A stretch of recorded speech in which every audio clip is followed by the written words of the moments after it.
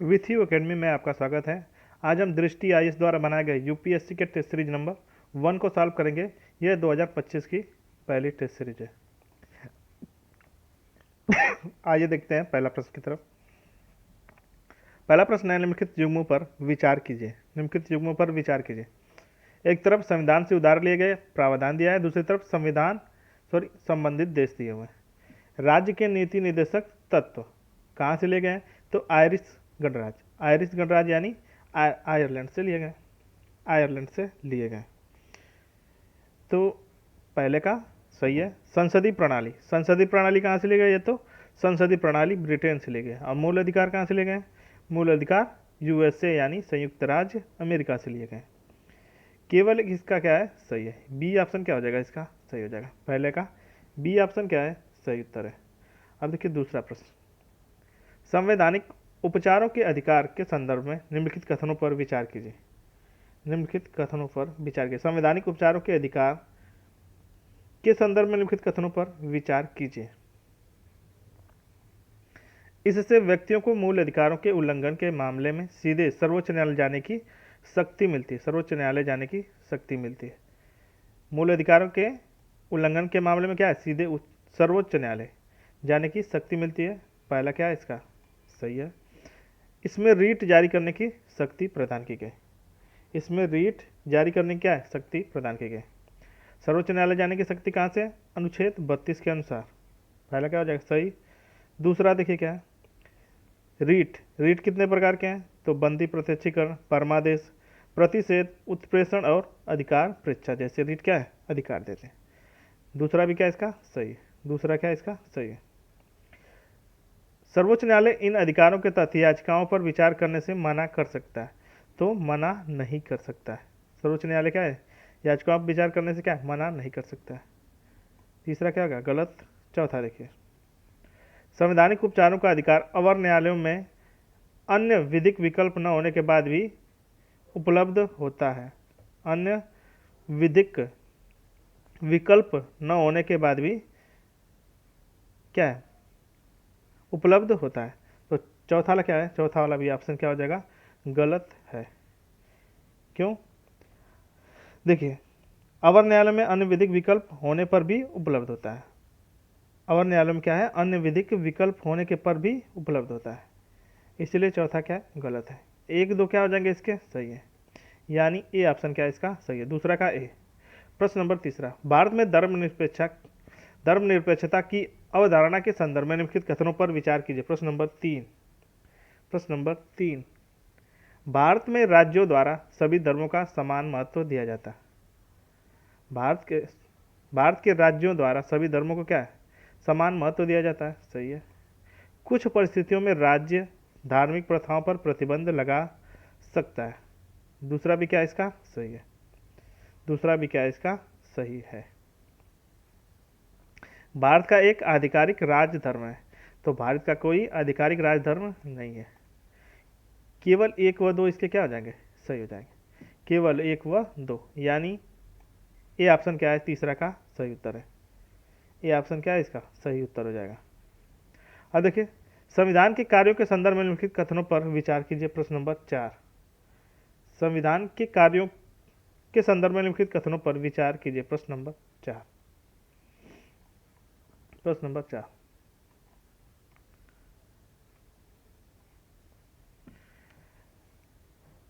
संविधान के कार्यों के संदर्भ में निम्नलिखित कथनों पर विचार। इसमें सरकार की शक्तियों पर प्रतिबंध, यह इससे सरकार की शक्तियों पर प्रतिबंध लगता है। इससे सरकार की शक्तियों पर क्या है? प्रतिबंध लगता है। तो पहला कथन क्या है इसका? सही है। क्या?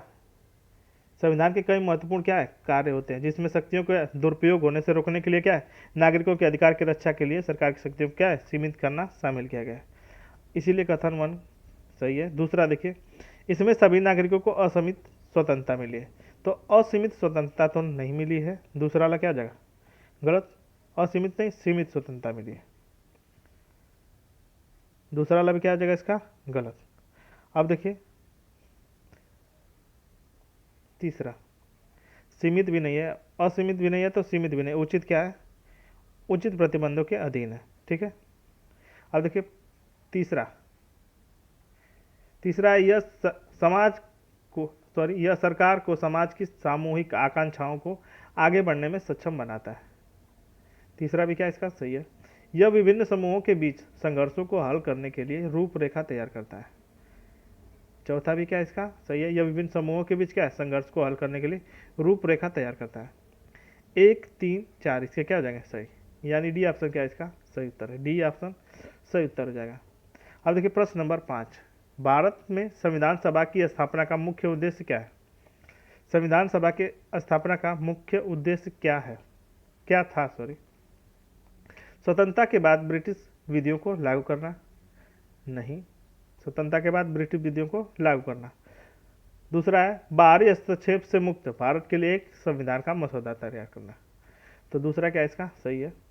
तो 20 का क्या हो जाएगा सही उत्तर है। पांचवा का बी। प्रश्न नंबर 6, भारतीय संविधान के संदर्भ में लिखित कथनों पर विचार कीजिए। प्रश्न नंबर 6, भारतीय संविधान के संदर्भ में लिखित कथनों पर विचार कीजिए। भारतीय संविधान पूर्ण रूप से कानूनी प्रावधानों पर आधारित है और इसका नैतिक मूल्यों से कोई संबंध नहीं है। नैतिक मूल्यों से कोई संबंध नहीं है। तो पहला क्या है इसका गलत है, नैतिक मूल्यों के साथ भी संबंध है। पहला क्या हो जाएगा इसका गलत। अब देखें इसमें नैतिक और राजनीतिक मूल्यों क्या है, साथ गहराई से संबंध रखता है।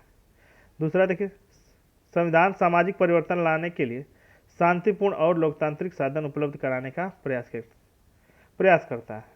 दूसरा क्या हो जाएगा इसका सही है। संविधान सामाजिक परिवर्तन लाने के लिए क्या है, शांतिपूर्ण और लोकतांत्रिक साधन उपलब्ध कराने का प्रयास करता है।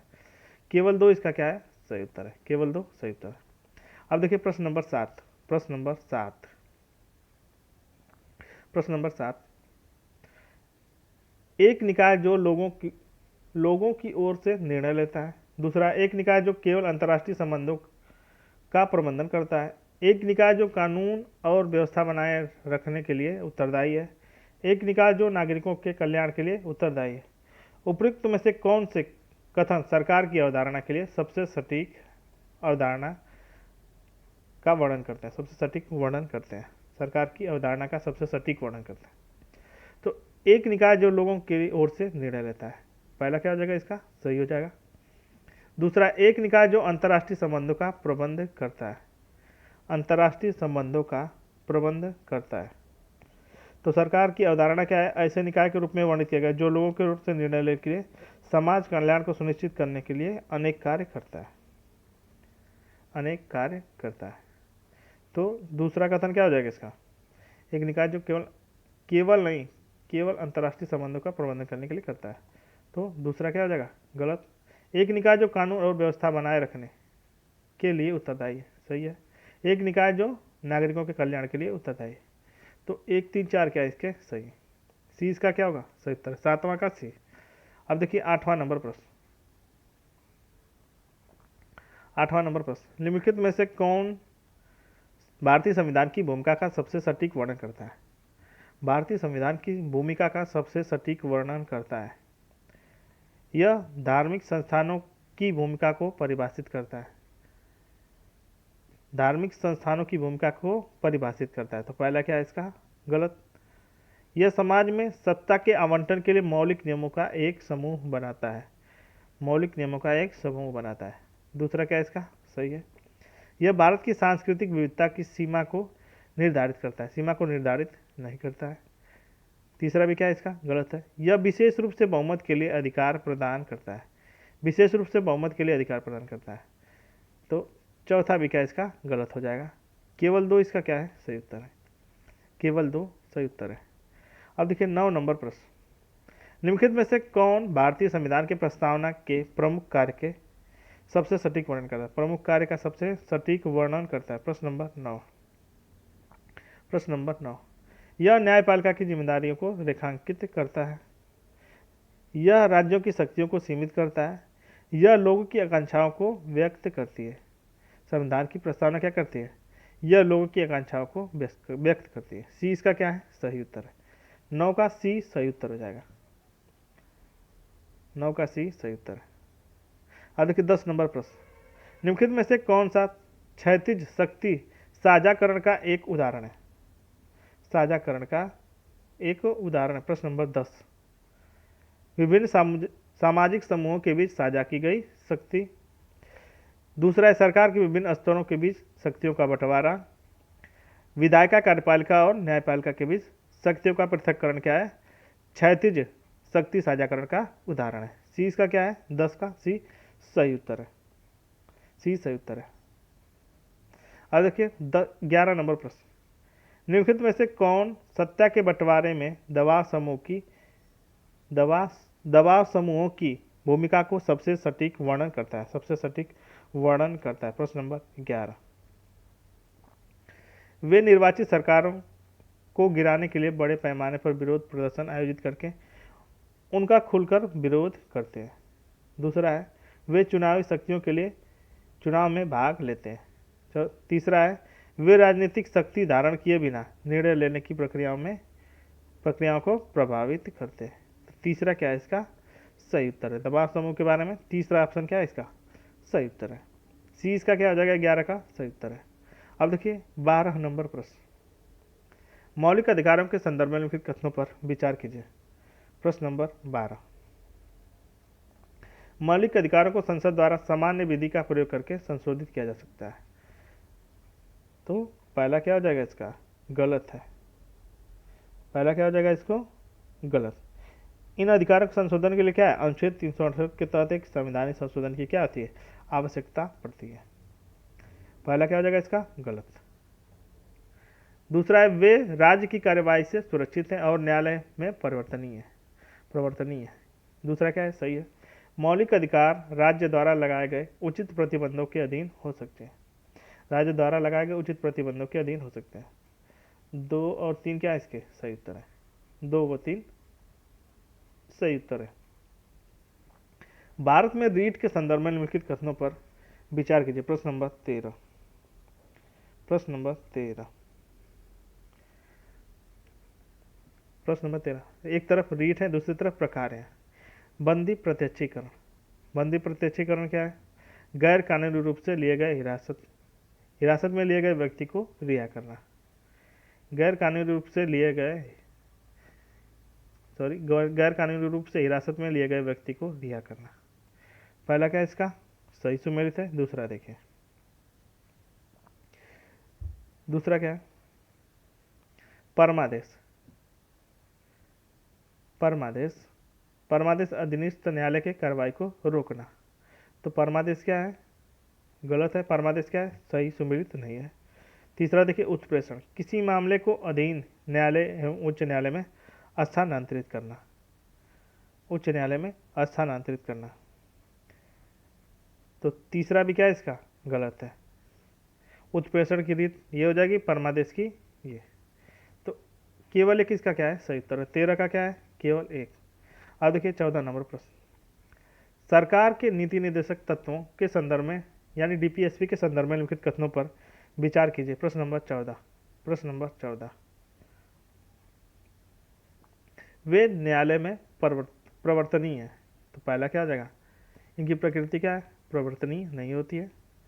दूसरा देखिए इनका उद्देश्य क्या है? कल्याणकारी राज्य की स्थापना करना। दूसरा क्या है इसका? सही है। सभी स्थितियों में मौलिक अधिकारों पर इनको वरीयता मिल सकती है। तो इनको वरीयता, मौलिक अधिकारों पर इन पर वरीयता नहीं मिलती है। तो 1 व 3 गलत है। कौन सा सही है? केवल 2। सी इसका क्या है? सही उत्तर है। प्रश्न नंबर 14। 15 नंबर प्रश्न,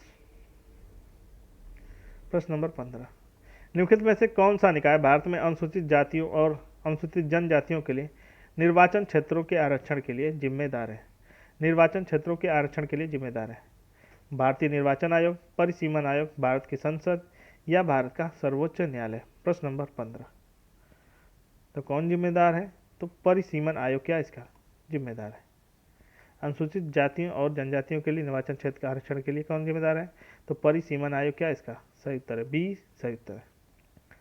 अब देखिए 16 नंबर प्रश्न, भारतीय संविधान में भारत को राज्यों का संघ के स्थान पर राज्यों का परिसंघ क्यों कहा गया है?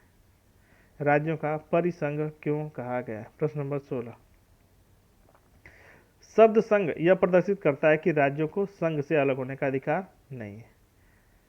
शब्द संघ यह प्रदर्शित करता है कि राज्यों को संघ से अलग होने का अधिकार नहीं है।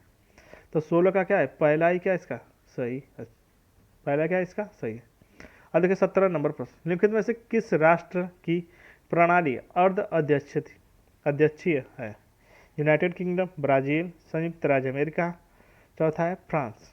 तो कहाँ की अर्ध अध्यक्षीय प्रणाली कहाँ की है? तो फ्रांस की है। डी इसका क्या है सही उत्तर है। किस राष्ट्र की प्रणाली अर्ध अध्यक्षीय? डी इसका क्या है सही उत्तर है। अब देखिए 18 नंबर प्रश्न, भारत में निम्नलिखित में से कौन सी प्रणाली न्यायपालिका की स्वतंत्रता की सर्वोत्तम गारंटी देता है? न्यायपालिका की स्वतंत्रता की सर्वोत्तम गारंटी देता है। प्रश्न नंबर 18, प्रश्न नंबर 18, न्यायाधीशों की नियुक्ति राष्ट्रपति द्वारा और प्रधानमंत्री और संसद के दोनों सदनों के वरिष्ठ नेताओं को परामर्श से की जाती है। पहला क्या हो जाएगा गलत। दूसरा है राष्ट्रपति कॉलेजियम प्रणाली के सिफारिशों के अनुसार न्यायाधीशों की नियुक्ति करते हैं, जिसमें सर्वोच्च न्यायालय के वरिष्ठ न्यायाधीश और भारत के मुख्य न्यायाधीश शामिल होते हैं। 20 का क्या है सही उत्तर है। 18 का बी क्या है सही उत्तर है। अब देखिए 19 नंबर प्रश्न, फर्स्ट पास्ट द पोस्ट यानी FPTP चुनाव प्रणाली में प्राथमिक कारण क्या है कि एक पार्टी कम वोट लेकिन विधायिका में अधिक सीटें सुरक्षित कर सकती है? वह कारक, मुख्य कारक क्या है जो किसी दल को फर्स्ट पास्ट द पोस्ट के आधार पर निर्वाचन प्रणाली में कम वोट लेकिन अधिक विधायी सीटें प्राप्त करने की अनुमति देता है? अधिक विधायी सीटें प्राप्त करने की अनुमति देता है। प्रश्न नंबर 19, प्रश्न नंबर 19, प्रत्येक मतदाता कई निर्वाचन क्षेत्रों से एक से अधिक वोट डालता है। पहला क्या है इसका गलत। बहुमत न होने की स्थिति में किसी भी निर्वाचन क्षेत्र में सबसे अधिक मत प्राप्त करने वाला उम्मीदवार जीत जाता है। मत प्राप्त करने वाला उम्मीदवार जीत जाता है। तो 20 का क्या है सही उत्तर है। 20 का क्या है सही उत्तर है। अब देखिए 20 नंबर प्रश्न, राज्यसभा की शक्तियों के संदर्भ में निम्नलिखित कथनों में से कौन सही है? कौन सही? प्रश्न नंबर 20, प्रश्न नंबर 20, राज्यसभा की शक्तियों के संदर्भ में निम्नलिखित कथनों में से कौन सा सही है? प्रश्न नंबर 20, धन विधेयक को राज्यसभा द्वारा अस्वीकृत किया जा सकता है। तो राज्यसभा द्वारा अस्वीकृत नहीं किया जा सकता है। तो पहला क्या है गलत। इसमें उपराष्ट्रपति को पद से हटाने की प्रक्रिया शुरू की जा सकती है। दूसरा क्या है सही, राज्यसभा संसद को राज्य सूची के मामलों पर कानून बनाने की अनुमति देने के लिए प्रस्ताव पारित कर सकती है। तीसरा भी सही है, संविधान में संशोधन केवल इसके द्वारा पारित किया जा सकता है। तो चौथा क्या हो जाएगा गलत। चौथा क्या हो जाएगा इसका गलत, क्योंकि राज्यसभा के द्वारा क्या है केवल संविधान संशोधन में इसके द्वारा ही पारित किया जाता है। तो चौथा क्या है गलत है। तो 2 और 3 क्या है सही है, बी सही हो जाएगा। अब देखिए 21 नंबर प्रश्न, संसदीय समितियों के संदर्भ में लिखित कथनों पर विचार कीजिए। प्रश्न नंबर 21, प्रश्न नंबर 21, समितियां केवल संसद के सत्रों के दौरान कार्य करती हैं। संसद के सत्रों के दौरान कार्य करती हैं। तो पहला क्या हो जाएगा गलत, क्योंकि संसद सत्र नहीं चल रहा था तब भी कार्य करते हैं। पहला क्या हो जाएगा गलत। समितियां बिलों की समीक्षा कर सकती हैं और सिफारिशें कर सकती हैं, सिफारिशें कर सकती हैं। तो दूसरा क्या है इसका सही, संयुक्त संसदीय समिति अस्थायी निकाय है, अस्थायी निकाय है। तो क्या तीसरा वाला क्या हो जाएगा इसका गलत, क्योंकि ये अस्थायी निकाय नहीं है। अस्थायी समिति बजट की जांच में महत्वपूर्ण भूमिका निभाती है। तो चौथा भी क्या इसका सही है, 2 व 4 यानी ए ऑप्शन क्या हो जाएगा इसका सही है। 21 का ए। 22 नंबर प्रश्न, 22 नंबर प्रश्न, भारत में संसद की भूमिका के संदर्भ में लिखित कथनों पर विचार कीजिए। प्रश्न नंबर 22, प्रश्न नंबर 22, संसद की भूमिका के संदर्भ में निम्नलिखित कथनों पर विचार कीजिए। भारत में संसद वार्षिक वित्तीय विवरण और बजट के माध्यम से वित्तीय नियंत्रण बनाए रखती है। पहला क्या इसका सही है। बजट पारित होने के बाद सरकार के व्यय की जांच में संसद की कोई भूमिका नहीं होती, संसद की भूमिका होती है। दूसरा क्या हो जाएगा इसका गलत। राष्ट्रपति और सर्वोच्च न्यायालय के न्यायाधीशों पर संसद द्वारा महाभियोग की कार्रवाई की जा सकती है। तीसरा भी क्या है इसका सही है। एक व तीन इससे क्या है सही उत्तर है। 22 का बी क्या हो जाएगा सही उत्तर है। प्रश्न नंबर 23 दल बदल विरोधी कानून के संदर्भ में निम्नलिखित कथनों पर विचार कीजिए। निम्नलिखित कथनों में से कौन सा सही है सही। प्रश्न नंबर 23 इसे कानून संविधान के 52वें संविधान संशोधन 1985 के द्वारा प्रस्तुत किया गया था। तो पहला क्या इसका सही है। संसद के पीठासीन अधिकारी के पास दल बदल विरोधी कानून के तहत अयोग्यता निर्णय लेने का अंतिम अधिकार है। दूसरा भी क्या इसका सही है। यह कानून संसद और राज्य विधानसभाओं दोनों पर लागू होता है। तीसरा भी क्या है इसका सही है। संसद और राज्य विधानसभा दोनों पर पीठासीन अधिकारी का निर्णय क्या है न्यायिक समीक्षा के अधीन होता है। चारों ही क्या इसके सही है। चारों ही सही है 1 2 3 4। प्रश्न नंबर 24 भारत में न्यायपालिका की स्वतंत्रता के संदर्भ में निम्नलिखित में से कौन सा कथन सही है। न्यायाधीश वेतन और भत्तों के लिए कार्यपालिका या विधायिका के पर आर्थिक रूप से क्या निर्भर नहीं होते, आर्थिक रूप से निर्भर नहीं होते हैं। पहला क्या हो जाएगा सही है। संसद न्यायाधीशों के आचरण पर तब भी चर्चा नहीं कर सकती है जब उनके निष्कासन की कार्यवाही नहीं चल रही हो। तो दूसरा क्या इसका गलत। सर्वोच्च न्यायालय के न्यायाधीशों को संसद में साधारण बहुमत से कदाचार या अक्षमता के आधार पर हटाया जा सकता है। तीसरा क्या हो जाएगा गलत। 24 नंबर का चौथा ऑप्शन 3 ही है। नीचे दिए गए कोड का प्रयोग करके सही उत्तर का चयन करें। तो केवल एक इसका क्या है सही उत्तर है। 24 का केवल एक इसका क्या है सही उत्तर है। अब देखिए 25 नंबर प्रश्न भारत में प्रधानमंत्री की नियुक्ति के संदर्भ में निम्नलिखित कथनों में से कौन सा सही है कौन सा सही। प्रश्न नंबर 25 यदि किसी भी दल को लोकसभा में स्पष्ट बहुमत प्राप्त नहीं होता है तो भारत का राष्ट्रपति प्रधानमंत्री को नियुक्त करने के लिए अपने विवेक का प्रयोग कर सकता है। पहला क्या हो जाएगा इसका सही है। पहला क्या है सही है। लोकसभा में बहुमत हासिल न होने पर राज्यसभा में सबसे बड़े दल के नेता को प्रधानमंत्री के रूप में नियुक्त किया जाता है। दूसरा क्या हो जाएगा इसका गलत हो जाएगा। तीसरा देखिए प्रधानमंत्री को नियुक्ति के पश्चात लोकसभा के पटल पर अपना बहुमत साबित करना होता है। तीसरा भी क्या इसका सही है। यदि लोकसभा में किसी भी दल को बहुमत नहीं मिलता है तो प्रधानमंत्री को लोगों द्वारा प्रत्यक्ष रूप से चुना जाता है। तो चौथा भी क्या इसका गलत। केवल 1 व 3 सही है, यानी ए ऑप्शन क्या हो जाएगा इसका सही है। 26 नंबर प्रश्न भारत में न्यायिक समीक्षा के संदर्भ में निम्नलिखित में से कौन सा कथन सही सही। प्रश्न नंबर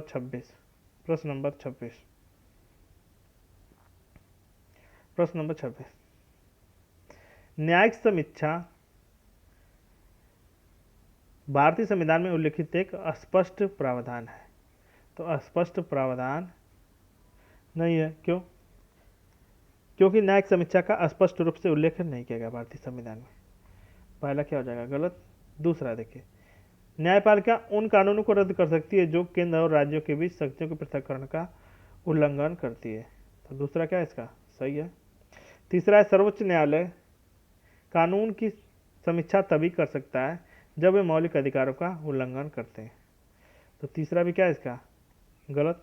तीसरा भी क्या इसका गलत है क्योंकि मौलिक अधिकारों का उल्लंघन करने पर कानून समीक्षा करती है। इनकी शक्तियाँ व्यापक है क्यों। क्योंकि सर्वोच्च न्यायालय कानूनी समीक्षा कर सकता है वे अन्य संवैधानिक प्रावधानों का यदि उल्लंघन करते हैं तो, जिसमें शक्तियों का संघीय वितरण शामिल हो। ठीक है, न कि मौलिक अधिकार, न कि केवल मौलिक अधिकार। तीसरा क्या है गलत। न्यायिक समीक्षा यह सुनिश्चित करती है कि विधायिका द्वारा पारित कानून संवैधानिक प्रावधानों का पालन करते हैं। तो 2 व 4 क्या हो जाएगा इसके सही उत्तर है। सही उत्तर 2 व 4। प्रश्न नंबर 27 भारत में न्यायपालिका की संरचना और अधिकार क्षेत्र के संदर्भ में लिखित कथनों पर विचार कीजिए। प्रश्न नंबर 27, सर्वोच्च न्यायालय के पास मामलों को एक उच्च न्यायालय से दूसरे उच्च न्यायालय में स्थानांतरित करने का अधिकार होता है। सही है। एक उच्च न्यायालय से दूसरे उच्च न्यायालय में स्थानांतरित करने का अधिकार है। सही है। जिला अदालतें मुख्य रूप से गंभीर अपराधों से संबंधित मामलों की सुनवाई के लिए जिम्मेदार है। गंभीर अपराधों से संबंधित मामलों की सुनवाई के लिए जिम्मेदार है। दूसरा भी क्या है? सही है।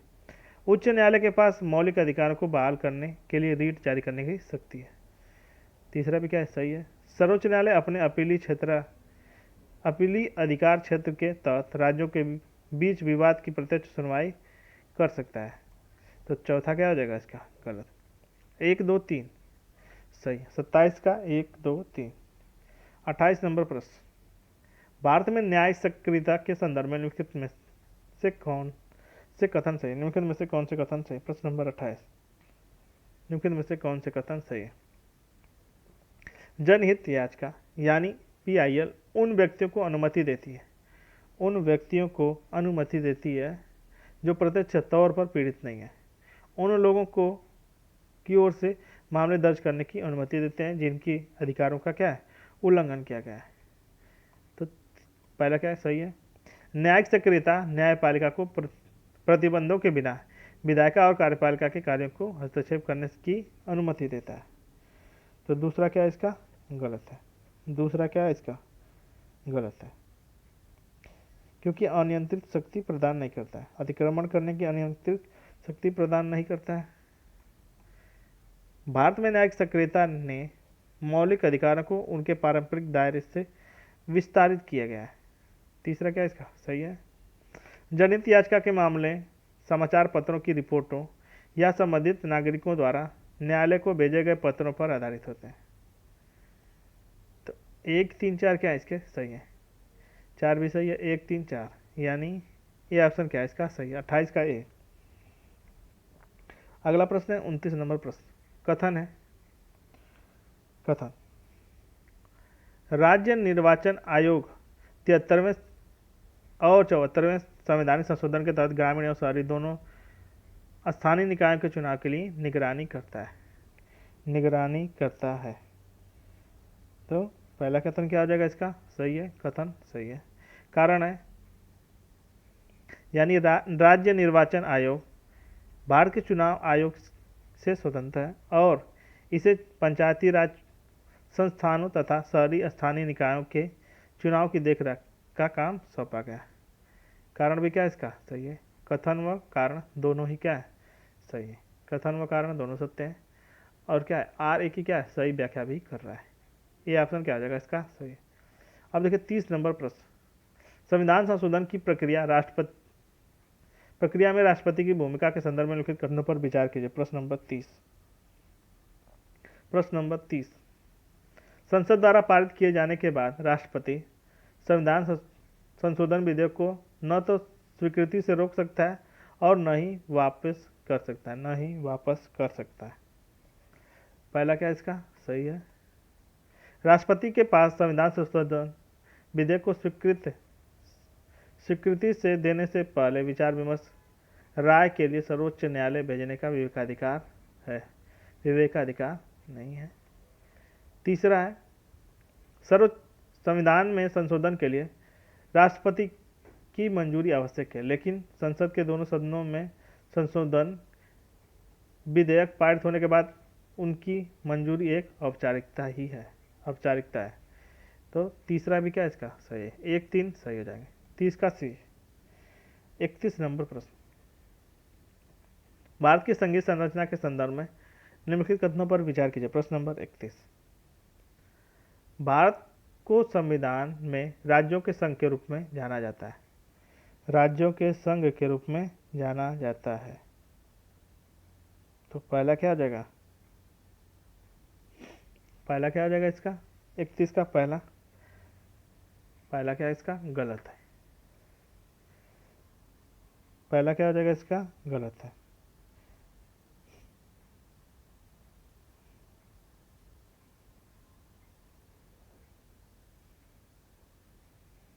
दूसरा देखिए, केंद्र और राज्यों के बीच शक्तियों का विभाजन 3 सूचियों पर आधारित होता है, संघ, राज्य एवं समवर्ती। दूसरा क्या है इसका सही है। संविधान संघीय संसद द्वारा राज्य की सीमाओं में एक तरफा परिवर्तन की अनुमति देता है, एक तरफा परिवर्तन की अनुमति देता है। 2 व 3 क्या है इसके सही उत्तर है। 2 व 3, 2 व 3 क्या आ जाएगा इसके 31 का 2 व 3 सही उत्तर है। बी ऑप्शन क्या हो जाएगा इसका सही हो जाएगा 31 का बी। 32 नंबर प्रश्न, निम्नलिखित कथनों पर विचार कीजिए। प्रश्न नंबर 32, प्रश्न नंबर 32, निम्नलिखित कथनों पर विचार कीजिए। कथन है सांस्कृतिक और भाषाई पहचान को प्रतिबिंबित करने के लिए स्वतंत्रता के बाद भारत में भाषाई राज्यों का गठन किया गया था। भाषाई राज्यों का गठन किया गया था। सांस्कृतिक और भाषाई पहचान को प्रतिबिंबित करने के लिए स्वतंत्रता के बाद भारत में भाषाई राज्यों का गठन किया गया था। तो कथन ये क्या है सही है। भाषाई आधार पर राज्यों के पुनर्गठन से लोगों को अपनी मूल भाषाओं में शासन करने की अनुमति मिली, जिससे सरकार और लोगों के बीच बेहतर संचार सुनिश्चित हुआ। कथन व कारण दोनों सही है। कथन 1 कथन 2 दोनों सही है तथा कथन 2 कथन 1 की क्या है व्याख्या भी कर रहा है। ए इसका क्या है सही उत्तर है। 32 का ए सही उत्तर है। प्रश्न नंबर 33, 74वें संवैधानिक संशोधन अधिनियम 1992 के संदर्भ में लिखित कथनों पर विचार कीजिए। प्रश्न नंबर 33, प्रश्न नंबर 33,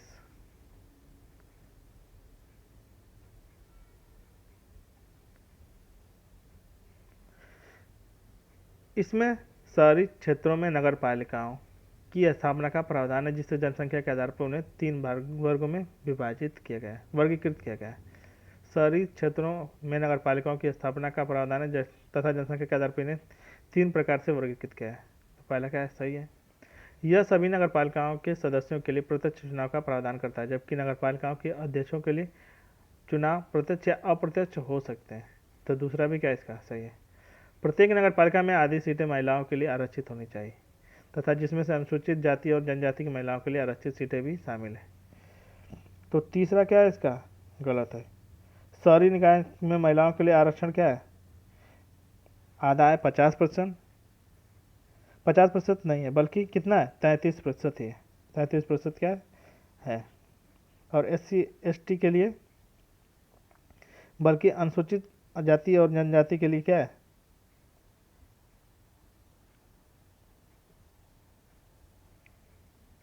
अनुसूचित जाति और जनजाति की महिलाओं के लिए आरक्षित सीटें भी शामिल होंगी। तो तीसरा क्या है इसका तीसरा क्या है इसका गलत है। ये क्या है तीसरा भी क्या इसका गलत है। क्यों। चौथा देखिए, नगर पालिकाओं को आर्थिक विकास और सामाजिक न्याय के लिए योजनाएं तैयार करने का अधिकार दिया गया है तथा उन्हें 12वीं अनुसूची में सूचीबद्ध करके सौंपे गए। 12वीं अनुसूची में सूचीबद्ध करके सौंपे गए। चौथा भी क्या इसका सही है। तो 1 2 4 क्या है सही है। 1 2 4 1 2 4 यानी सी इसका क्या है सही उत्तर है। संवैधानिक संशोधन प्रक्रिया में राष्ट्रपति की भूमिका के संदर्भ में लिखित कथनों पर विचार कीजिए। प्रश्न नंबर 34, प्रश्न नंबर 34, जब कोई संवैधान संशोधन विधेयक संसद के दोनों सदनों द्वारा विशेष बहुमत से पारित किया जाता है तो राष्ट्रपति इसके प्रावधानों वास्तु से असहमत होकर पुनर्विचार के लिए वापस भेज सकता है। तो पुनर्विचार के लिए वापस नहीं भेज सकता है। दूसरा क्या पहला क्या गलत। दूसरा देखिए क्या है, राष्ट्रपति किसी संवैधानिक संशोधन विधेयक पर सहमति रोक सकता है यदि विधेयक को राज्य विधानसभाओं में अपेक्षित संख्या से अनुमोदित नहीं किया गया। तो दूसरा भी क्या इसका गलत हो जाएगा, क्योंकि इस पर भी अपनी सहमति नहीं रोक सकता है। तो न तो 1 न तो 2 सही उत्तर क्या हो जाएगा डी। प्रश्न नंबर 35, व्यक्तिवाद और सामाजिक न्याय के प्रति भारतीय संविधान के दृष्टिकोण के संदर्भ में लिखित कथनों पर विचार कीजिए। प्रश्न नंबर 35, प्रश्न नंबर 35, भारतीय संविधान व्यक्तिगत स्वतंत्रता का समर्थन करता है, लेकिन सभी परिस्थितियों में व्यक्तिगत अधिकारों पर समुदाय आधारित अधिकारों को प्राथमिकता देता है। समुदाय आधारित अधिकारों को प्राथमिकता देता है। तो पहला क्या आ जाएगा? गलत। संविधान सामाजिक न्याय के उपायों के रूप में सकारात्मक कार्रवाई को समाहित करता है, जिससे यह सुनिश्चित होता है कि ऐतिहासिक रूप से वंचित समुदाय अपने व्यक्तिगत अधिकारों को प्रभावी ढंग से उपयोग कर सकेंगे। तो दूसरा क्या है इसका? सही है। तीसरा है भारतीय संविधान का उदारवाद व्यक्तिगत स्वायत्तता के साथ साथ सामूहिक कल्याण पर बल देकर शास्त्रीय पश्चिमी उदारवाद से अलग है। पश्चिमी उदारवाद से अलग है। तो 2 व 3 इसके क्या है? सही उत्तर है 2 व 3। अब देखिए अगला प्रश्न है 36 नंबर प्रश्न। 73वें संविधान संशोधन 73वें और 74वें संविधान संशोधन के अनुसार राज्य वित्त आयोग की भूमिका के संदर्भ में लिखित कथनों पर विचार कीजिए। निम्नलिखित कथनों पर विचार कीजिए। प्रश्न नंबर 36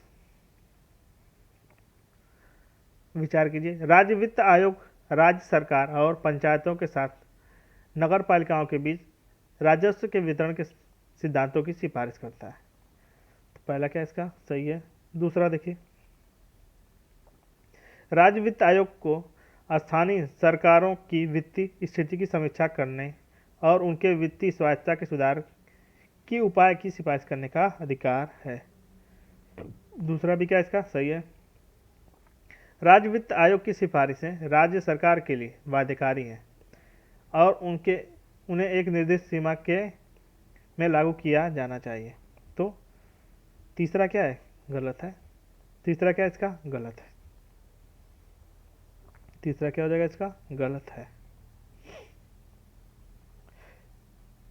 चौथा है राज्य वित्त आयोग केंद्रीय वित्त आयोग की तरह 5 वर्ष में राज्य विधानमंडल को अपनी रिपोर्ट प्रस्तुत करता है। चौथा क्या हो जाएगा इसका? सही। यानी 1 2 4 क्या है इसके? सही है 1 2 4। प्रश्न नंबर 37 भारत में न्यायाधीशों को हटाए जाने के संदर्भ में लिखित कथनों पर विचार कीजिए। प्रश्न नंबर 37 एक न्यायाधीश को साबित कदाचार, अक्षमता या सार्वजनिक विश्वास की कमी के आधार पर पद से हटाया जा सकता है। सार्वजनिक कमी के विश्वास के आधार पर पद से नहीं हटाया जा सकता। तो एक गलत हो गया। दूसरा देखिए, किसी न्यायाधीश को हटाने के लिए प्रस्ताव को संसद में प्रस्तुत किए जाने से पहले लोकसभा में कम से कम 100 सदस्यों और राज्यसभा में 50 सदस्यों के हस्ताक्षर होने चाहिए। 37 का क्या? दूसरा सही है। किसी न्यायाधीश को हटाने के लिए प्रत्येक सदन में कुल सदस्यता के बहुमत के अतिरिक्त उपस्थित और मतदान करने वाले सदस्यों क्या है? 2/3 बहुमत की आवश्यकता होती है। तो दूसरा भी क्या? तीसरा भी क्या इसका? सही है। यानी 2 व 3। 20 का क्या है? सही उत्तर है। 38 नंबर प्रश्न जेनोसाइड कन्वेंशन 1948 के संदर्भ में लिखित कथनों पर विचार कीजिए। प्रश्न नंबर 38 प्रश्न नंबर 38 यह संयुक्त राष्ट्र महासभा द्वारा अपनाई गई पहली मानवाधिकार संधि थी। पहली मानवाधिकार संधि थी। पहला क्या इसका? सही है। जेनोसाइड एक ऐसा अपराध है जो युद्ध काल और शांति दोनों के समय हो सकता है। दोनों के समय हो सकता है। तो दूसरा भी क्या इसका? सही है। 38 का क्या है? दूसरा भी सही है। भारत इस समय का हिस्सा नहीं है। तो भारत इस समय का क्या है? हस्ताक्षर करता देश है। तीसरा क्या है? गलत। 1 व 2 सही है। 39 नंबर प्रश्न लोकतंत्र में संविधान की प्राथमिक भूमिका के संदर्भ में लिखित कथनों पर विचार कीजिए। प्रश्न नंबर 39 प्रश्न नंबर 39 संविधान मुख्य रूप से सरकार के कामकाजों के लिए एक रूपरेखा प्रदान करता है, लेकिन इसका उद्देश्य नागरिकों के मौलिक अधिकारों का संरक्षण करना नहीं है। तो पहला क्या हो जाएगा? गलत है। संरक्षण करना भी है। एक औपचारिक प्रक्रिया का पालन करने किए बिना एक संविधान को मनमाने ढंग से संशोधित किया जा सकता है, क्योंकि वह नम्य निर्देशों के एक सेट के रूप में कार्य करता है। तो मनमाने ढंग से संशोधित नहीं किया जा सकता है। दूसरा भी क्या इसका? गलत है। संविधान शक्तियों का पृथक्करण सुनिश्चित करता है। सही है। तथा संभावित सरकारी अतिक्रमणों से नागरिकों की स्वतंत्रता को संरक्षित करता है। तीसरा क्या इसका? सही है। यह स्वयं को प्रक्रियात्मक शासन की विशेषताओं के तक सीमित रखता है, मुख्य रूप से निर्वाचन प्रणाली को निर्दिष्ट करता है। चौथा क्या हो जाएगा इसका? गलत है। चौथा भी क्या इसका? गलत है। केवल 3 इसका क्या है? सही उत्तर है। 39 का केवल 3। 40 नंबर प्रश्न निम्नलिखित में से कौन सा न्यायिक समीक्षा की अवधारणा का सबसे सटीक वर्णन करता है? प्रश्न नंबर 40। न्यायपालिका सरकारी बजट की समीक्षा करती है। चुनावी परिणामों के प्रति सरकार के अनुपालन की गारंटी न्यायपालिका द्वारा दी जाती है। तीसरा है न्यायपालिका कानूनों और सरकारी कार्रवाइयों की संवैधानिक वैधता की जांच करता है। तो सी इसका क्या है? सही उत्तर है। न्यायपालिका कानून और सरकारी कार्रवाइयों की संवैधानिक वैधता की जांच करता है। 41 नंबर प्रश्न नंबर 41। लोकतंत्र की आलोचनाओं के संदर्भ में लिखित कथनों पर विचार कीजिए। प्रश्न नंबर 41। प्रश्न नंबर 41।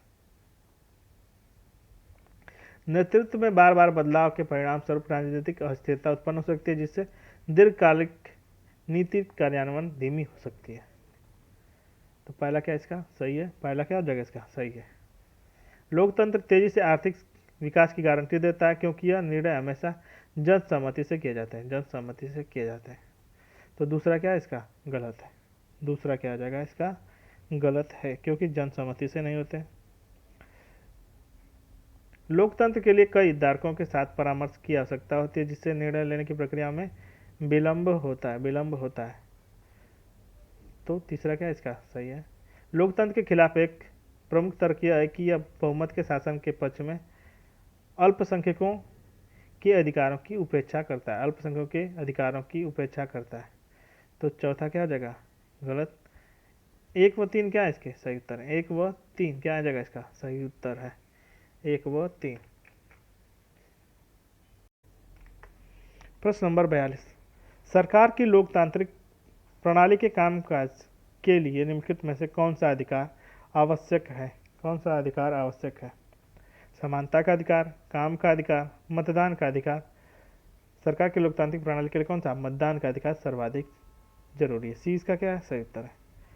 प्रश्न नंबर 43। निम्नलिखित में से किस क्षेत्र में जेनरेटिव प्री ट्रेंड्स ट्रांसफार्मर यानी GPT-4 जैसे AI टूल्स की महत्वपूर्ण लाभ लिया गया? डेयरी उद्योग और कपड़ा उद्योग में, स्वास्थ्य देखभाल और शिक्षा में, कृषि और खनन में, मत्स्य पालन एवं खुदरा में। तो 43 नंबर का क्या हो जाएगा? 43 का स्वास्थ्य देखभाल और शिक्षा में चैट GPT। ठीक है। सी 20 का क्या है? सही उत्तर 43 का बी। 44 नंबर प्रश्न। भारत में राष्ट्रीय क्वांटम मिशन के संदर्भ में लिखित कथनों पर विचार कीजिए। प्रश्न नंबर 44। प्रश्न नंबर 44। यह उन्नत गणनाओं के लिए क्वांटम कंप्यूटर विकसित करने पर केंद्रित है। पहला क्या इसका? सही है। इसका उद्देश्य सुरक्षित डेटा ट्रांसमिशन के लिए क्वांटम संचार नेटवर्क का निर्माण करना। यह भी सही है। यह ब्लॉकचेन सिस्टम में AI की क्षमता को बढ़ावा देता है। AI की क्षमताओं को बढ़ावा देता है। तो ये क्या है? ब्लॉकचेन और AI सिस्टम की क्षमताओं को ध्यान केंद्रित नहीं करता है। तीसरा क्या हो जाएगा? गलत। 1 व 2। 44 का 1 व 2। प्रश्न नंबर 45। निम्नलिखित कथनों पर विचार कीजिए। प्रश्न नंबर 45। अधिकरण एक अर्ध न्यायिक निकाय है, जिसका उद्देश्य पारंपरिक न्यायालयों पर बोझ को कम करना है। पहला क्या इसका? सही है। भारत में सभी अधिकरणों के पास उच्च न्यायालयों द्वारा किए गए निर्णयों पर अपीलीय क्षेत्राधिकार है। तो दूसरा क्या हो जाएगा इसका? गलत है। सभी अधिकरणों के पास उच्च न्यायालय के द्वारा किए गए निर्णयों पर अपीलीय क्षेत्राधिकार नहीं है। अधिकरणों के निर्णयों से अपील संबंधित उच्च न्यायालय या सर्वोच्च न्यायालय के पास हो सकती है, जो अधिकरण को नियंत्रित करने वाले कानून पर निर्भर करता है। तो तीसरा भी क्या इसका? सही है। यानी 20 का क्या आ जाएगा? सही उत्तर 45 का बी। प्रश्न नंबर 46। पंचायतों के वित्तीय सशक्तिकरण के संबंध में लिखित कथनों पर विचार कीजिए। प्रश्न नंबर 46।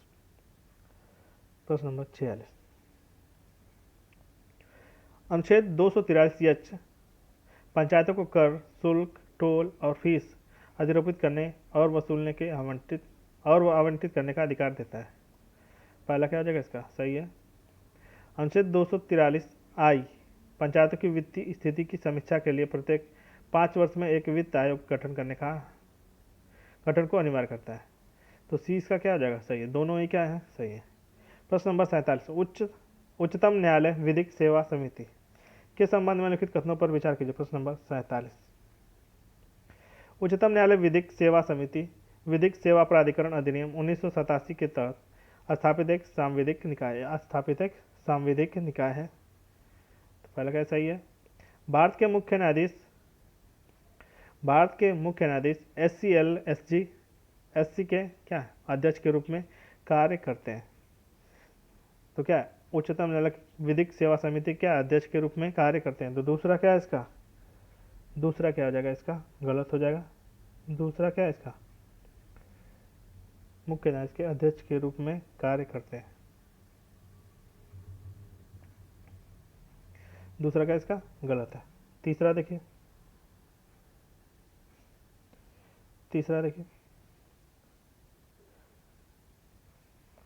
इसका मुख्य न्यायाधीश के अध्यक्ष के रूप में कार्य करते हैं।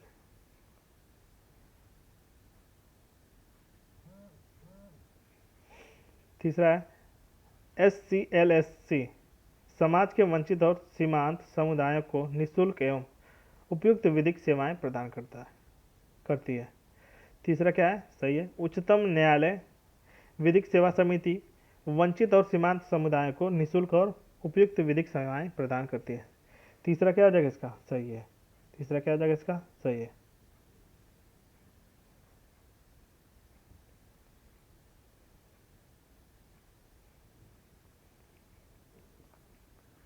तो 1 व 3 इसका क्या है? सही उत्तर है। 47 का ए सही उत्तर है। प्रश्न नंबर 48 सांख्यिकी और कार्यक्रम कार्यान्वयन मंत्रालय द्वारा आरंभ किया गया ई साक्षी मोबाइल एप्लीकेशन संसद सदस्यों को अनुमति देता है। किसकी अनुमति देता है? प्रश्न नंबर 48। तो संसद सदस्य स्थानीय क्षेत्र विकास योजना के तहत परियोजनाओं का प्रस्ताव, ट्रैक और पर्यवेक्षण करने की देता है। तब पहला ही क्या है इसका? सही उत्तर। 48 का पहला सही उत्तर है। 49 नंबर प्रश्न, राष्ट्रीय समाज रक्षा संस्थान निम्नलिखित में से किस विभाग के तहत संचालित होता है? किस विभाग के तहत संचालित होता है? रक्षा विभाग द्वारा, सामाजिक न्याय और अधिकारिता विभाग द्वारा, ग्रामीण विकास विभाग द्वारा या शिक्षा विभाग द्वारा। तो 20 का क्या है? सही उत्तर है। 20 का क्या है? सही उत्तर है। 49 का भी सही उत्तर है। अब देखिए 50 नंबर प्रश्न, 19वें गुट निरपेक्ष आंदोलन शिखर सम्मेलन के संदर्भ में लिखित कथनों पर विचार कीजिए। प्रश्न नंबर 50 शिखर सम्मेलन का विषय साझा वैश्विक संपन्नता के लिए सहयोग को गहन करना था। नियम का पहला क्या है? सही है। कंपाला घोषणा ने संयुक्त राष्ट्र को प्राथमिक और बहुपक्षीय संगठन के रूप में सुदृढ़ करने पर बल दिया है। दूसरा भी सही है। दक्षिण सूडान इस शिखर सम्मेलन में गुट निरपेक्ष आंदोलन का 121वां सदस्य बना है। तो ये भी सही है। 1, 2, 3 डी इसका क्या है? सही है। निम्नलिखित देशों पर विचार कीजिए। प्रश्न नंबर 51 रूस, वेनेजुएला, उत्तर कोरिया, लीबिया और ईरान। उपयुक्त देशों में से कितने देशों को countering America adversaries through sanction act के तहत प्रतिबंध लगाए गए? प्रश्न नंबर 51।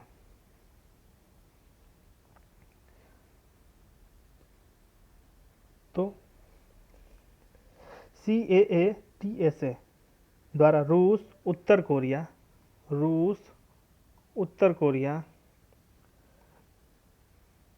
रूस हो गया, उत्तर कोरिया हो गया, ईरान हो गया।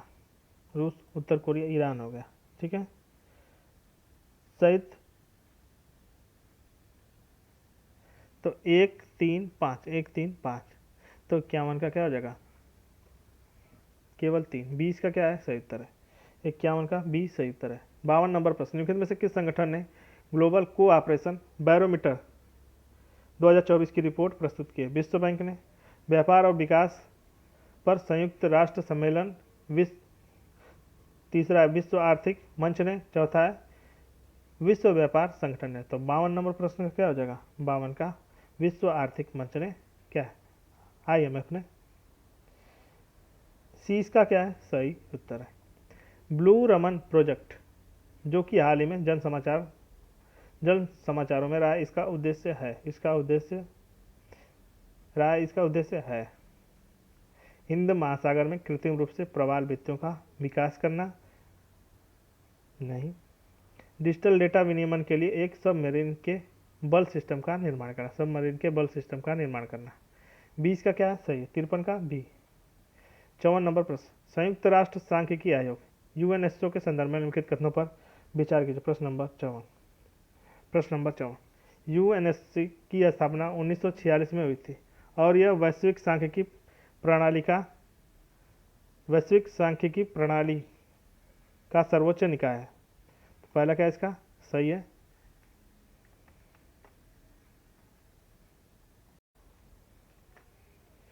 यूएनएससी में संयुक्त राष्ट्र महासभा द्वारा 15 सदस्य शामिल किए गए। तो 15 नहीं 24 सदस्य होते हैं, 24 सदस्य। दूसरा क्या हो जाएगा? गलत। केवल एक इसका क्या है सही उत्तर? 54 का केवल एक।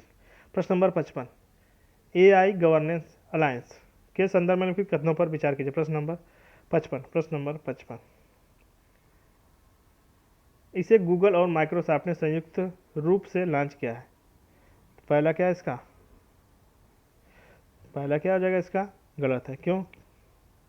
क्योंकि विश्व आर्थिक मंच के द्वारा 2023 में लॉन्च किया गया था। विश्व आर्थिक मंच के द्वारा, गूगल और माइक्रोसॉफ्ट के द्वारा नहीं, विश्व आर्थिक मंच के द्वारा। दूसरा, यह जनरेटिव एआई के लिए नैतिक दिशा निर्देशों और शासन रूपरेखा में के विकास में तेजी लाएगा। दूसरा क्या इसका सही? 55 का केवल 2 इसका क्या है सही उत्तर? 55 का केवल 2। 20 का क्या है सही उत्तर? प्रश्न नंबर 56, निम्नलिखित कथनों पर विचार कीजिए। प्रश्न नंबर 56। कथन है, निश्चित खुराक संयोजित से दवा अनुपालन और रोगी अनुपालन में सुधार हो सकता है। निश्चित खुराक और संयोजित से दवा अनुपालन और रोगी अनुपालन में सुधार हो सकता है। तो कथन क्या है सही है? कथन क्या है इसका सही है? कथन दूसरा है, एफडीसी में कई दवाओं को एक खुराक में मिला दिया जाता है और इससे कई खुराक लेने का तनाव क्या हो जाता है? कम हो जाता है एवं उपचार योजना आसान हो जाती है, विशेष रूप से उन लोगों के लिए जो कई दीर्घकालिक बीमारियों से ग्रस्त है। तो दूसरा भी क्या इसका सही है? कथन दूसरा भी क्या इसका सही है?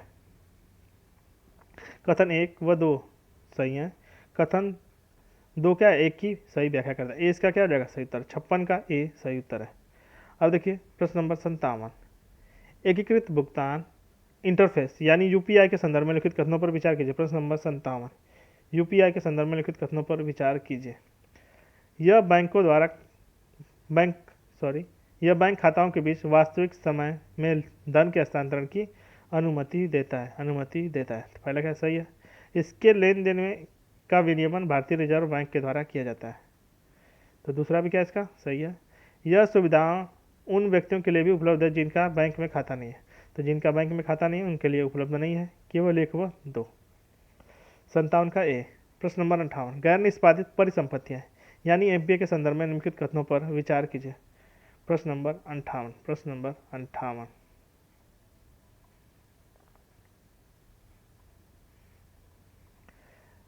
गैर निष्पादित स्थितियों वे ऋण या अग्रिम राशि है जो 90 दिन या उससे अधिक समय से बकाया है। पहला क्या हो जाएगा इसका सही है? एनपीए अनुपात जितना अधिक होगा बैंक का वित्तीय स्थिति उतनी क्या अधिक सुदृढ़ होगा। तो सुदृढ़ नहीं होगा। एनपीए अनुपात जितना कम होगा उतनी बैंक की स्थिति सुदृढ़ होती है। दूसरा क्या है गलत? 58 का क्या हो जाएगा? केवल 1। 59 नंबर प्रश्न, एक तरफ वित्त आयोग है दूसरे तरफ अध्यक्ष दिए हुए हैं। प्रश्न नंबर 59। तो प्रथम वित्त आयोग केसी नियोगी सही है। 15वें वित्त आयोग कौन है? तो एनके सिंह। दूसरा क्या हो जाएगा? गलत, क्योंकि वाई वी रेड्डी कौन से? 14वें वित्त आयोग। 16वें वित्त आयोग अरविंद पनगड़िया सही है। तो 2 सही है, 1 व 3 क्या है इसके सही है, यानी 2 सही से मिलते हैं, केवल 2। 59 का बी। 60 नंबर प्रश्न, अर्थव्यवस्था के संदर्भ में कर संग्रह में उछाल की स्थिति का वर्णन इस प्रकार किया जाता है। प्रश्न नंबर 60। कर राजस्व में जीडीपी वृद्धि के अनुपात में वृद्धि। दूसरा है कर राजस्व में जीडीपी वृद्धि के अनुपात में वृद्धि, कम वृद्धि, अनुपात में कम वृद्धि। तीसरा है कर राजस्व में जीडीपी वृद्धि के अनुपात से अधिक वृद्धि। सी इसका क्या है? सही उत्तर। 60 का सी क्या है? सही उत्तर है। प्रश्न नंबर 61, भारत में ऊर्जा क्षेत्र के संबंध में निम्नलिखित कथनों पर विचार कीजिए। प्रश्न नंबर 61, भारत विश्व में दूसरा सबसे बड़ा ऊर्जा और तेल का उपभोक्ता है। पहला क्या हो जाएगा इसका? गलत। भारत विश्व में क्या है? तीसरा सबसे बड़ा क्या है? ऊर्जा और तेल का उपभोक्ता। तेल के लिए भारत की आयात निर्भरता 50% से कम है, 50% से कम है। तो तेल के लिए भारत की आयात निर्भरता क्या है? 85.7 है, 85.7%। तेल एवं प्राकृतिक गैस निगम भारत का सबसे बड़ा तेल और गैस उत्पादक है, जो देश के हाइड्रोकार्बन उत्पादन के लगभग 3/4 योगदान करता है। तो तीसरा क्या है इसका? सही है। केवल 3 इसका क्या आ जाएगा? सही उत्तर है, क्योंकि इसमें तीसरा है और इसमें क्या है? 85.7। 62 नंबर प्रश्न, निम्नलिखित कथनों पर विचार कीजिए। निम्नलिखित कथनों पर विचार कीजिए। प्रश्न नंबर 62, कथन 1 है, सरकारी प्रतिभूतियां को जोखिम मुक्त गिल्ट एज उपकरण माना जाता है। गिल्ट एज उपकरण माना जाता है, जोखिम मुक्त गिल्ट एज उपकरण माना जाता है। कथन क्या है? सही है। दूसरा है कथन, भारत में केंद्र और राज्य सरकारें सरकारी प्रतिभूतियां बाजार के हिस्से के रूप में ट्रेजरी बिल और बांड या दिनांकित प्रतिभूतियां जारी करती हैं। तो दूसरा क्या है इसका? कथन दूसरा क्या हो जाएगा? गलत। कथन दूसरा क्या है इसका? गलत है। ठीक है। केवल किसका क्या हो जाएगा? सही उत्तर है। केवल कथन 1 क्या है इसका? सही उत्तर है, किंतु कथन 2 सही नहीं है। प्रश्न नंबर 63, वह सबसे महत्वपूर्ण विशेषता क्या है जो संघवाद को शासन की एकात्मक प्रणाली से अलग करती है? प्रश्न नंबर 63, सभी शक्तियां केंद्र सरकार में केंद्रित होती हैं, जो इच्छानुसार राज्य या प्रांतीय सरकारों से शक्तियां वापस लेने का अधिकार रखती हैं। सत्ता संवैधानिक रूप से सरकार के विभिन्न स्तरों के बीच वितरित की जाती है, जिसमें प्रत्येक का अपना अधिकार क्षेत्र होता है और प्राधिकार होता है, तथा वे परस्पर क्या हस्तक्षेप नहीं होता है। तो 20 का क्या है? सही उत्तर। संघवाद की एकात्मक प्रणाली के संबंध में 20 का क्या है? सही उत्तर है। प्रश्न नंबर 64, भारत में क्या होता है जब समवर्ती सूची का कोई विषय राज्य और संघीय कानून के बीच टकराव का विषय बन जाता है? टकराव का विषय बन जाता है तो क्या होता है?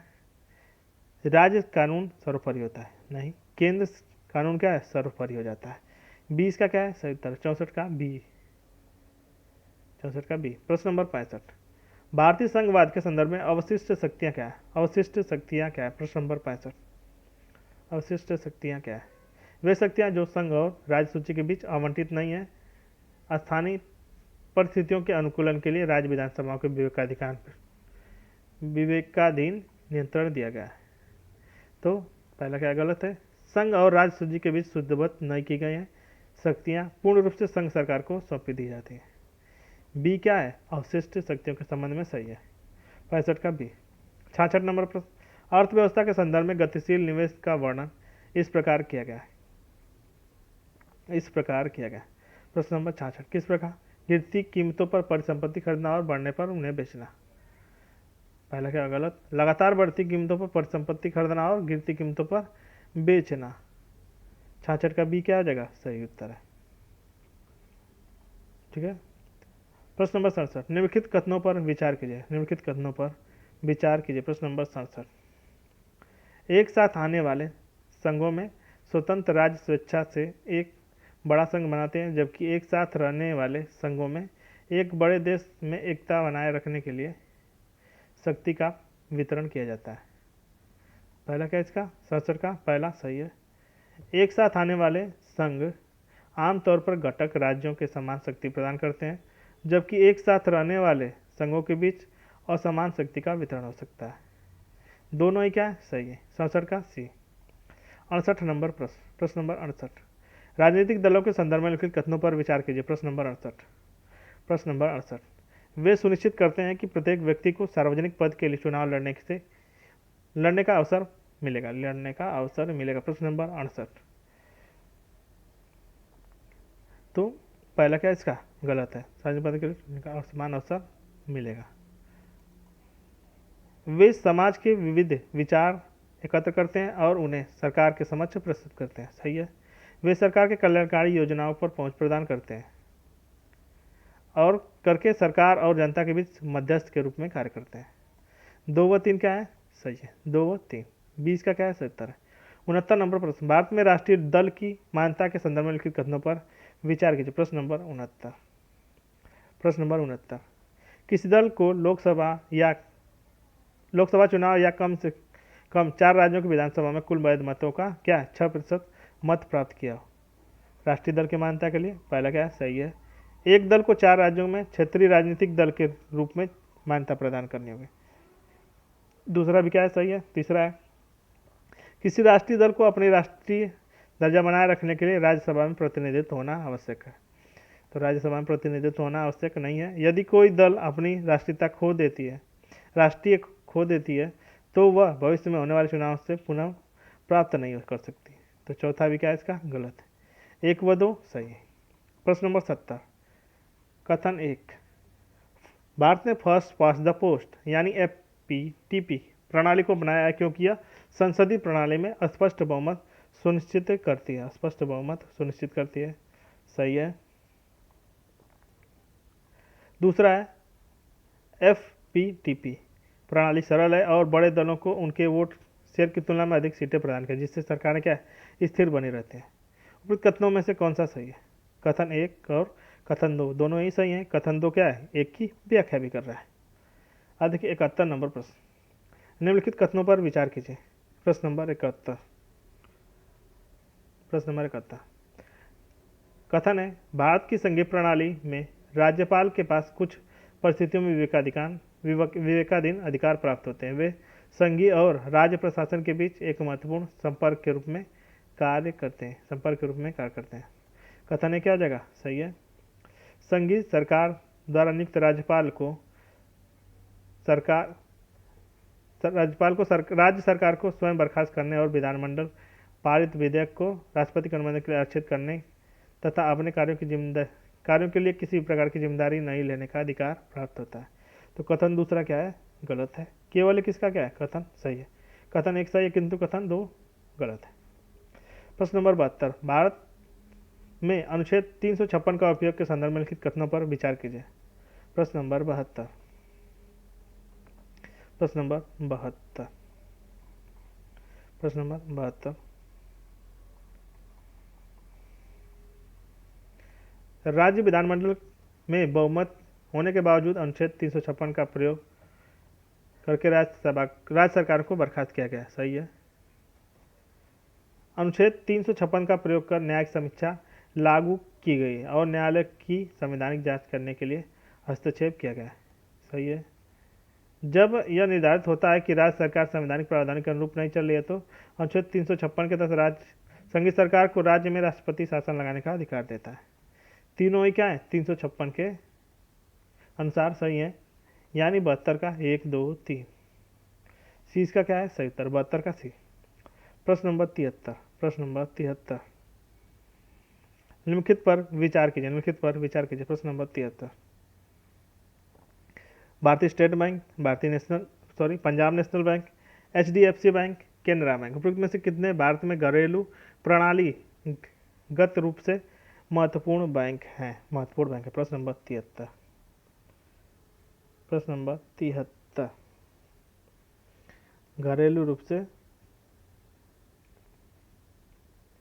घरेलू प्रणालीगत रूप से महत्वपूर्ण बैंक है। कौन से सही हो जाएंगे, भारतीय स्टेट बैंक, HDFC बैंक और ICICI बैंक। तो ICICI बैंक नहीं दिया हुआ तो 1 3 क्या इसके सही है, यानी बी। प्रश्न नंबर 74, निम्नलिखित में से किस मंत्रालय ने राष्ट्रीय पारगमन पास प्रणाली शुरू की है, यानी नेशनल ट्रांजिट पास सिस्टम, यानी NTPS शुरू की है? प्रश्न नंबर 74। प्रश्न नंबर 74 किसने शुरू की है? वाणिज्य एवं उद्योग मंत्रालय ने? नहीं। पर्यावरण वन एवं जलवायु परिवर्तन मंत्रालय ने। 20 का क्या है सही उत्तर है? 74 का बी सही। यूरिया गोल्ड के संदर्भ में निम्नलिखित कथनों पर विचार कीजिए। प्रश्न नंबर 75। प्रश्न नंबर 75 यह एक सल्फर लेपित यूरिया है जो नाइट्रोजन के क्रमिक उत्सर्जन सुनिश्चित करता है, जिससे पौधों की वृद्धि में क्या है? लाभ मिलता है। सही है। यह एक जैविक उर्वरक है जिसका मृदा स्वास्थ्य एवं वृद्धि उर्वरक में बारंबार प्रयोग को कम करने के लिए किया जाता है। प्रयोग करने के लिए कम किया जाता है। तो दूसरा क्या हो जाएगा इसका? गलत है, क्योंकि यह गैर जैविक उर्वरक है। गैर जैविक।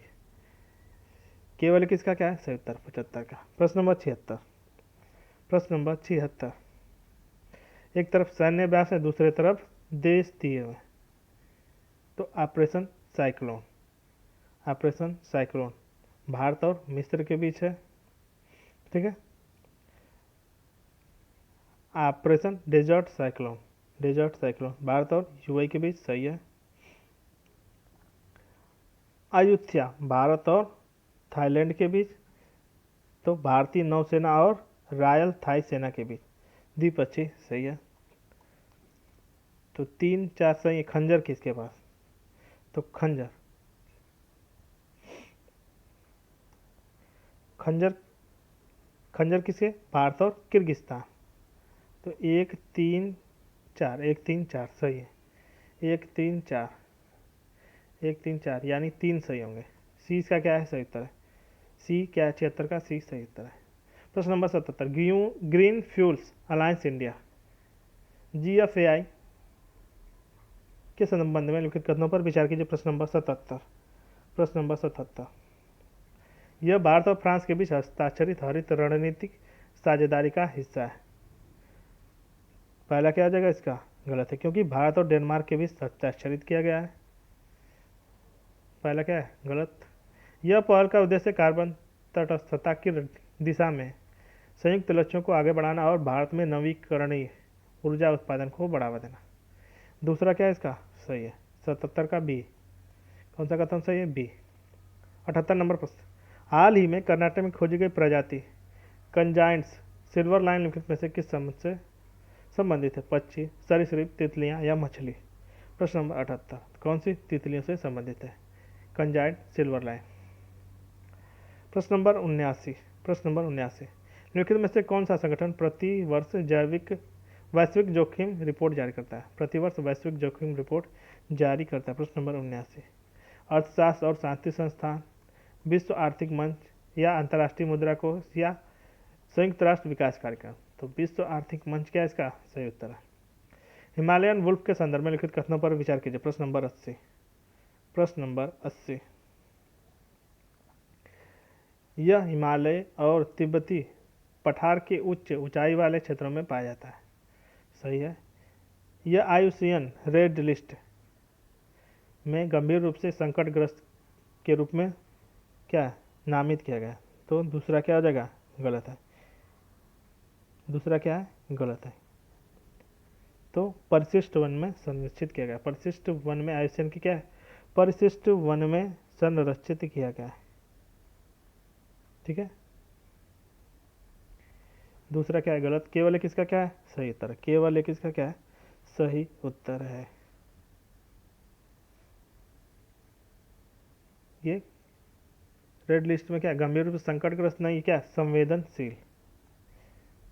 अब देखिए 81 नंबर प्रश्न। प्रश्न नंबर 81 निम्नलिखित पर विचार कीजिए। निम्नलिखित पर विचार कीजिए। कच्छ की खाड़ी, खंबात की खाड़ी, मन्नार की खाड़ी, मालवन उपयुक्त में से भारत के कितने स्थान पर प्रवाल भित्तियां पाई जाती हैं? प्रवाल भित्तियां पाई जाती है। तो भारत में प्रवाल भित्तियां किसमें? कच्छ की खाड़ी, मन्नार की खाड़ी। कच्छ की खाड़ी, मन्नार की खाड़ी। ठीक है। और अंडमान निकोबार द्वीप समूह में, लक्षद्वीप समूह में और मालवन महाराष्ट्र में पाई जाती है। मालवन कहाँ पे है? तो महाराष्ट्र में। 1 3 4 यानी सी 3 सही है। 1 3 4 82 नंबर पर 82 नंबर पर एक्सरे पोलारीमीटर, सैटेलाइट एक्सपोसैट के संदर्भ में लिखित कथनों पर विचार कीजिए। प्रश्न नंबर प्रश्न नंबर 82, प्रश्न नंबर 82। इसे भारतीय अंतरिक्ष अनुसंधान संगठन द्वारा प्रक्षेपित किया गया है। ये भी सही है, ये सही है। यह एक्सरे ध्रुवीकरण का अध्ययन करने वाला विश्व का पहला उपकरण है। विश्व का पहला उपकरण है। तो क्या है, दूसरा क्या आ जाएगा, गलत है, क्योंकि यह नासा के इमेजिंग एक्सरे पोलरीमेट्री एक्सप्लोरर के बाद एक्सरे ध्रुवीकरण का अध्ययन करने वाला दूसरा उपग्रह है। ठीक है, दूसरा क्या है, गलत, केवल एक इसका सही है। 83 नंबर प्रश्न, पर्यावरणीय प्रभाव आकलन के संदर्भ में निम्नलिखित कथनों पर विचार कीजिए। प्रश्न नंबर 83। यह परियोजनाओं के संभावित सामाजिक, आर्थिक और पर्यावरणीय प्रभाव की पहचान करता है। सही है।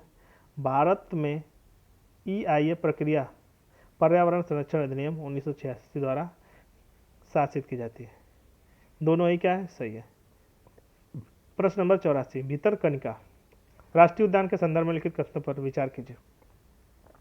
प्रश्न नंबर 84, यह उड़ीसा राज्य में स्थित है। सही है। इसे भारत में खारे जल में मगरमच्छों की सबसे बड़ी आबादी के लिए एक विश्व स्तर पर मान्यता प्राप्त है। दूसरा भी क्या है, सही है। यह भारत का दूसरा सबसे बड़ा मैंग्रोव पारिस्थितिकी तंत्र भी है। तीनों ही क्या है, सही है, भितरकनिका राष्ट्रीय उद्यान के बारे में, यानी डी का क्या है, सही उत्तर है। 85 निम्नलिखित में से कौन सा भारतीय संविधान के राजनीतिक दर्शन का सटीक वर्णन करता है। राजनीतिक दर्शन का सटीक वर्णन करता है। प्रश्न नंबर 85, प्रश्न नंबर 85। यह पूर्णतया उदार एवं लोकतांत्रिक है। दूसरा है यह समतावादी और संघीय और अल्पसंख्यकों के अधिकारों पर कोई विचार नहीं किया गया है। यह उदारवाद, धर्मनिरपेक्षता और सामाजिक न्याय का सम्मिश्रण है। तो तीसरा क्या है इसका, सही है, सी इसका क्या है, सही उत्तर है। भारतीय सामाजिक मंच संबंधित है। प्रश्न नंबर 86, किससे संबंधित है। यह मंच जो वैश्विक पूंजीवाद और आर्थिक समृद्धि को बढ़ावा देता है। गलत। यह अंतर्राष्ट्रीय मंच जो बहुराष्ट्रीय निगमों के विस्तार को समर्थन करता है। नहीं। कार्यकर्ताओं का एक ऐसा समूह है जो नव उदारवादी वैश्वीकरण का विरोध करते हुए पर्यावरण संरक्षण और मानवाधिकारों को समर्थन प्रदान करता है। सी इसका क्या जाएगा, सही उत्तर। 86 का सी सही उत्तर है। देखिए 87 नंबर प्रश्न, राज्य संप्रभुता पर वैश्वीकरण का प्रभाव निम्नलिखित में से कौन सा है। यह राज्य को स्वतंत्र रूप से निर्णय लेने की क्षमता मजबूत करता है। नहीं। दूसरा देखिए, यह आर्थिक और सामाजिक प्राथमिकताओं को नियमित करने की राज्य की क्षमता को कम करके राज्य की संप्रभुता को समाप्त करता है। तो 20 का क्या है, सही उत्तर। 87 का क्या हो जाएगा, बी। अब देखिए, उपरोक्त खनिज में से कितने में लिथियम मौजूद है। स्पोडियम,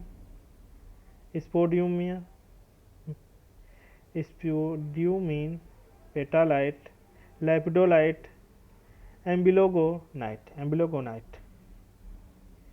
उपरोक्त में से कितने खनिजों में लिथियम उपलब्ध होता है। उपरोक्त में से कितने में लिथियम उपलब्ध होता है। तो चारों ही इसके क्या है, सही उत्तर है। चारों ही इसके क्या है, सही उत्तर है। प्रश्न नंबर 89, निम्नलिखित पर विचार कीजिए। ऊर्जा भंडारण, बायोमेडिकल उपकरण, जल निस्पंदन, सौर सेल। उपरोक्त में से ग्राफीन के कितने अनुप्रयोग हैं। प्रश्न नंबर 89, प्रश्न नंबर 89।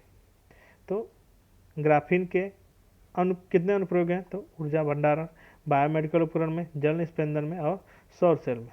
सभी चारों क्या है, इसके सही उत्तर है। प्रश्न नंबर 90, संयुक्त राष्ट्र सुरक्षा परिषद के सुधारों के संदर्भ में लिखित कथनों पर विचार कीजिए। प्रश्न नंबर 90, प्रश्न नंबर 90।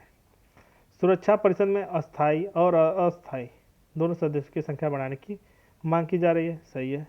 अस्थायी सदस्यों के पास मौजूद वीटो शक्ति का वैश्विक समुदाय पर व्यापक समर्थन प्राप्त है, क्योंकि यह अंतर्राष्ट्रीय शांति और विस्थिरता बनाए रखने के लिए आवश्यक है। तो दूसरा क्या हो जाएगा, इसका गलत है। दूसरा क्या है, इसका गलत है। दूसरा क्या हो जाएगा, इसका गलत। तो केवल किसका क्या हो जाएगा, सही। कुरिल द्वीप 91 नंबर प्रश्न, निम्नलिखित में से किस जल निकाय को अलग करती। कुरिल द्वीप, प्रश्न नंबर 91, कुरिल द्वीप जापान सागर और पूर्वी चीन सागर को नहीं, ओखोटस्क सागर और प्रशांत महासागर को कुरिल द्वीप क्या है, सही उत्तर है। प्रश्न नंबर 92, स्क्वायर किलोमीटर एरे आर्द्रवर्ती के संदर्भ में लिखित कथनों पर विचार कीजिए। प्रश्न नंबर 92, प्रश्न number 92, square kilometre array observatory radio खगोल विज्ञान के लिए समर्पित एक अंतर सरकारी संगठन है। सही है। इसका मुख्यालय बीजिंग चीन में स्थित है। तो दूसरा क्या आ जाएगा इसका? गलत है, क्योंकि यह यूनाइटेड किंगडम में क्या है इसका मुख्यालय, और दक्षिण अफ्रीका में और ऑस्ट्रेलिया में क्या है, दो विशाल क्या टेलीस्कोप का संचालन करेगा। ठीक है। दूसरा क्या आ जाएगा इसका? गलत। केवल किसका क्या सही उत्तर है? 92 इसका क्या? ये सही उत्तर है। यूके में क्या है इसका मुख्यालय?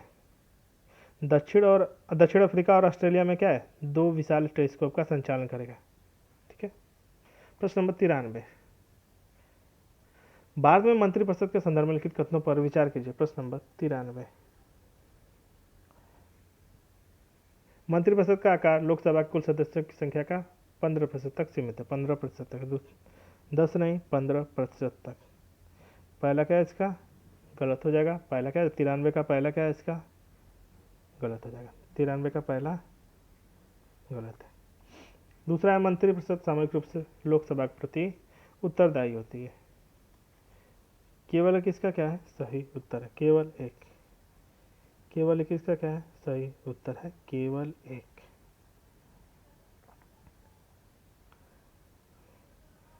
अब देखिए 94 नंबर पर, भारतीय संविधान में किस अनुच्छेद के तहत राज्यसभा को 2/3 बहुमत से प्रस्ताव पारित करके नई अखिल भारतीय सेवा सृजित करने का अधिकार है? प्रश्न नंबर 94 किसमें? तो अनुच्छेद 312 में या 310 में, 300 में या 315। तो 312 इसका क्या है सही उत्तर है। प्रश्न नंबर 95, भारत में राज्यों को वित्तीय अनुदान के संदर्भ में लिखित कथनों पर विचार कीजिए। प्रश्न नंबर 95, वित्तीय अनुदान के संदर्भ में लिखित कथनों पर विचार कीजिए। भारत का संविधान अनुच्छेद 275 संसद को वित्तीय सहायता की आवश्यकता वाले किसी भी राज्य को अनुदान प्रदान करने की अनुमति प्रदान करता है। सही है। वित्त आयोग राज्यों में संतुलित विकास को सुनिश्चित करने के लिए इन अनुदानों के वितरण की सिफारिश करता है। दूसरा भी सही है। ये अनुदान स्वयं बिना शर्त के होते हैं तथा इन पर केंद्र द्वारा निर्धारित शर्तें लागू नहीं होती है। लागू होती हैं केवल 1 व 2 क्या है किसके सही उत्तर? 95 का है केवल 1 व 2। 96 नंबर प्रश्न, निम्नलिखित में से किस समिति या आयोग के नेतृत्व में अंतरराज्यीय परिषद का गठन किया गया है? राजमन्नार समिति, सरकारिया आयोग, पुंछी आयोग या प्रशासनिक सुधार आयोग? प्रश्न नंबर 96, तो सरकारिया आयोग क्या इसका सही उत्तर है? 96 का बी। 96 का बी सही उत्तर है। अब देखिए 97 नंबर प्रश्न, संसदीय प्रणाली के संदर्भ में लैम डक सत्र शब्द क्या है? लैम डक सत्र। प्रश्न नंबर 97, संसद का वह सत्र जिसमें कोई महत्वपूर्ण कानून पारित नहीं होता है? नहीं। नए विधानमंडल के निर्वाचित होने के बाद निवर्तमान विधानमंडल का अंतिम सत्र को क्या कहते हैं? लैम डक सत्र। 20 का क्या है सही उत्तर है? प्रश्न नंबर 98, प्रश्न नंबर 98, राष्ट्रीय आपात 352 सही है। दूसरा है राष्ट्रपति शासन या राज्य आपात। राष्ट्रपति शासन या राज्य आपात किसमें? 356 और 365। तो दूसरा क्या है इसका? राज्य आपात और राष्ट्रपति शासन क्या है? 356 या 365 सही है। वित्तीय आपात 366। तीसरा क्या हो जाएगा? गलत। वित्तीय आपात किसमें है? 360 में, 360 में। तो केवल 2 इसमें क्या है सुमेल थे? 1 व 2। प्रश्न नंबर 99, भारत के लिए उच्चायुक्त का कार्यकाल निम्नलिखित में से किस अधिनियम के तहत स्थापित किया गया है? किस अधिनियम के तहत स्थापित किया गया है? भारत परिषद अधिनियम 1992 के तहत, भारत शासन अधिनियम 1919 के तहत क्या है स्थापित किया गया है? 99 का बी सही उत्तर है। और आज का लास्ट प्रश्न, भारत सरकार अधिनियम 1935 के संदर्भ में लिखित कथनों पर विचार कीजिए। प्रश्न नंबर 100, इस अधिनियम में ब्रिटिश भारत और रियासतों को मिलाकर एक अखिल भारतीय संघ की स्थापना का प्रावधान किया गया। पहला क्या है इसका? सही है। इस इसने प्रांतीय स्तर पर द्वैध शासन प्रणाली को समाप्त कर दिया और प्रांतीय स्वायत्तता की स्थापित की। इस अधिनियम के तहत केवल मद्रास, बंगाल और संयुक्त प्रांत में द्विसदनी विधायिका की शुरुआत की गई। तो तीसरा क्या है इसका? गलत है, केवल 1 व 2 सही उत्तर है।